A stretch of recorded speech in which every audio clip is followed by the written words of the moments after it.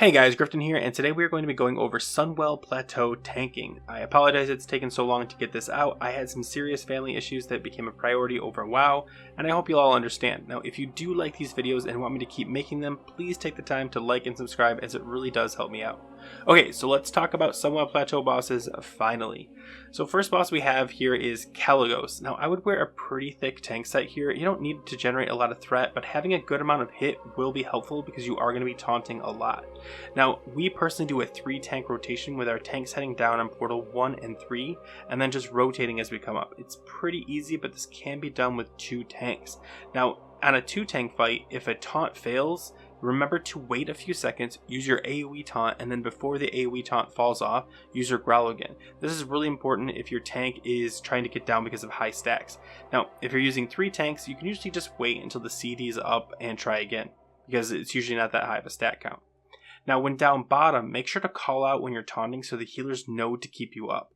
Also check to make sure healers are actually down there. I've had instances where the healers fell out of rotation and no healers or only 1 healer was down there, and it made sense to just not taunt.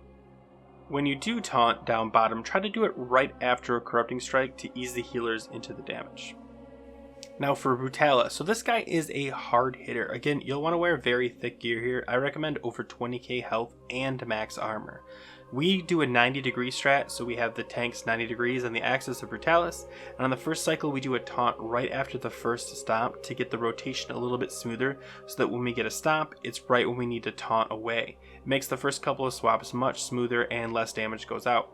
Now if you can also taunt right before a stomp and have the other tank taunt back right after to keep the stomps from hitting the current tank, you can do that, but make sure you have a big enough window to taunt after 3 stacks of Meteor Slash, so you're not screwing yourself up.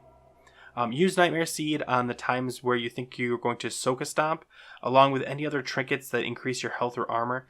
The key to all this is letting the healers know who is about to take the stomp so they know to prioritize it. Don't forget you can use Bark Skin when you're not tanking right before you taunt to give yourself even more of a protection from damage. The biggest key to this fight though is to communicate with your healers to let them know when you are taking damage so they can prepare for it. But that's about it for this fight. Next we have Felmist. For this fight, I try to keep the armor and health high, but add a little threat just to make sure it's solid for the flying phase, and all the casters can keep pumping without worrying about pulling threat. If you don't know, when he's in the air, casters can continue to hit him, and you have to just make sure you maintain that threat during that phase. Now while in phase 2, or the flying phase, once the skeletons are dead, go ahead and give the healers a break and roll hots on those taking damage. You don't need the mana anyway, and it allows them to regen while you do that. Also, when you get corrosion during phase 1, make sure to be ready to pop Nightmare Seed if your health drops below 60%, and let the healers know you're going to be taking some extra damage if your raid leader isn't. Healers are going to be moving and dispelling, so helping them out by telling them, when you're about to die is actually really helpful. Next we have the twins. Now for the twins, I go as lean as possible while still maintaining crit immunity. I wear a PvP trinket just in case, pop a haze pop on pull, and always let whoever is tanking the fire twin get initial aggro so you don't have to worry about the moving second boss. You want to keep him as still as possible. Now this first 5 seconds is pretty much the key to the whole fight. Just pump as hard as you can and make sure the other tank is keeping up, or if you're the second tank, make sure you keep up. Threat is a big deal. Also, don't be afraid to call if you have high stacks of shadow debuff so that the second tank can take threat and you can go stand in fire and drop off all your debuffs. Now phase 2, you might want to innervate one of the healers instead of the DPS because this is a healing intensive fight. But other than that, you just go cat and help burn down the boss. Next is Muru, and this is a very hard fight. You'll want to wear thick gear. I wear Brutalis set as my job is to not die and hold threat on 3 mobs that hit pretty hard. Now the hardest part is the near side because of that shield wall. You can't precast Maul, so you just have to be ready when they break through to keep them off the healers. Remember, Bash, Taunt, AoE Taunt, they all work. I always prioritize the Berserkers. If my mage is doing their job, I get a few seconds of them doing nothing before I have to worry about the Fury Mage. And in that time, I'm getting threat on the other 2, and then swipe tab, Maul, and you're good. For phase 2, if you're tanking, don't be afraid to move the boss around, especially if there's an orb coming or a darkness under the boss. The melee will adjust, everyone will adjust. The priority is not really where the boss is at. Priority is getting those dispels, and if they can't see them and they don't have the macro, it's going to make it harder. Feel free to drag him around however you want to position him. Last boss is Kiljaeden. My guild really struggles on this guy, but if you're the main tank, it's likely not your fault because this is one of the easiest fights to tank. Now I go hard threat, just making sure I have crit immunity, just because I want to get that snap threat.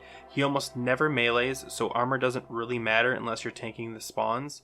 During the 85, 55, and 25 cycles where he's throwing the shadow spikes, you can go cat to pump some DPS on the boss if the adds aren't in your melee range.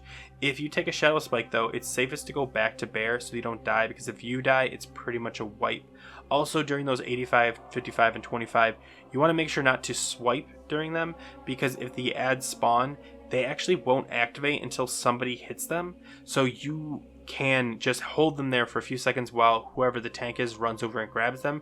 But if you accidentally swipe one, they'll go crazy and kill all your healers. So just keep that in mind during those individual times, 85, 55, 25. Now during stacking, if you have the fire bloom, make sure you let everyone know, because usually you stack on the main tank. So you want to make sure to let them know and run out so that the raid leader can then say stack on the dragon or whatever they decide to call. And since stacking will happen on your spot, you'll also have a higher chance to get an Armageddon on your spot. Not just targeting you, but they might have been targeting someone else, so make sure you're watching your feet. And that's about it. Now good luck clearing Sunwell Plateau and getting the loot, because despite what people say, Sunwell Plateau gear is going to be a huge advantage leveling, dungeoning, and even early raiding in Wrath, so loot up. I hope you guys enjoyed this video, thanks for watching, and as always, take care.